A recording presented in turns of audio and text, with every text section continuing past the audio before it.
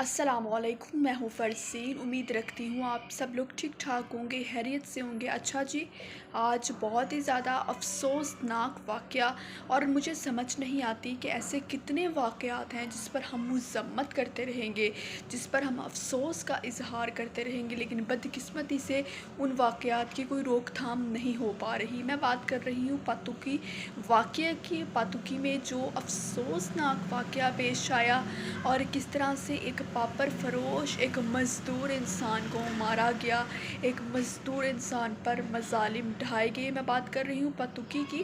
آپ سب لوگ جانتے ہوں گے جو واقعہ پیش آیا ہے کہ ایک انسان جو ہے وہ انتقال ہو چکا ہے، اس کا کتنی بے دردی سے اس کو مارا گیا ہے، لیکن وہاں پر بیٹھے لوگ کھانا کھا رہے ہیں۔ وہاں پر بیٹھے لوگ جو ہیں وہ خود بڑے آرام سکون سے کھانا کھا رہے ہیں۔ آپ لوگوں میں انسانیت باقی ہے، آپ لوگوں میں انسانیت ختم ہو چکی ہے۔ مجھے لگتا ہے احساس ختم ہو چکا ہے، انسانیت ختم ہو چکی ہے۔ بعض اوقات تو میں یہ سوچتی ہوں کہ آخر میں کس معاشرے میں رہ رہی ہوں جہاں پر انسانیت نام کی کوئی چیز نہیں ہے، جس میں احساس نام کی کوئی چیز نہیں ہے۔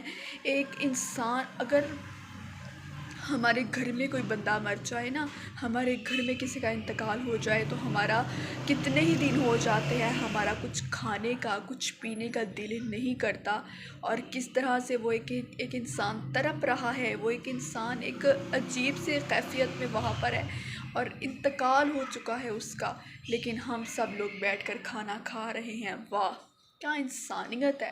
ہم مسلمان ہیں نا، ہم اسلام سے ہیں نا، اسی لیے تو سب یہ کچھ ہو رہا ہے۔ بہت افسوسناک، اور مجھے سمجھ نہیں آتی۔ ایک واقعہ پچھلے ہفتے ہوا جس میں وہ ایک انسان نے اپنی 7 دن کی بچی کو مار دیا۔ دوسرا واقعہ یہ پیش آیا، اس سے پہلے آپ سب لوگ جانتے ہیں ایک واقعہ اور پیش آیا تھا۔ روزانہ کی بنیاد پر واقعات رک نہیں رہے، بلکہ پے در پہ واقعات جاری ہیں۔ انتہائی افسوسناک صورتحال ہو چکی ہے۔ انسانیت نام کی ہم میں شاید کوئی چیز باقی نہیں رہی۔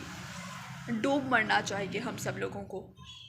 ہمارے ملک میں سسٹم کیا ہے، ہمارے ملک میں انصاف کیا ہے، ہمارے ملک میں ادارے کیا کر رہے ہیں، قانون نافذ کرنے والے ادارے کیا کر رہے ہیں، کیوں خلاف ایکشن نہیں لیا جاتا، کیوں انصاف کو بحال نہیں کیا جاتا، کیوں لوگوں کو انصاف مہیا نہیں کیا جاتا۔ مجھے سمجھ نہیں آتی کب تک اس طرح سے واقعات ہوتے رہیں گے۔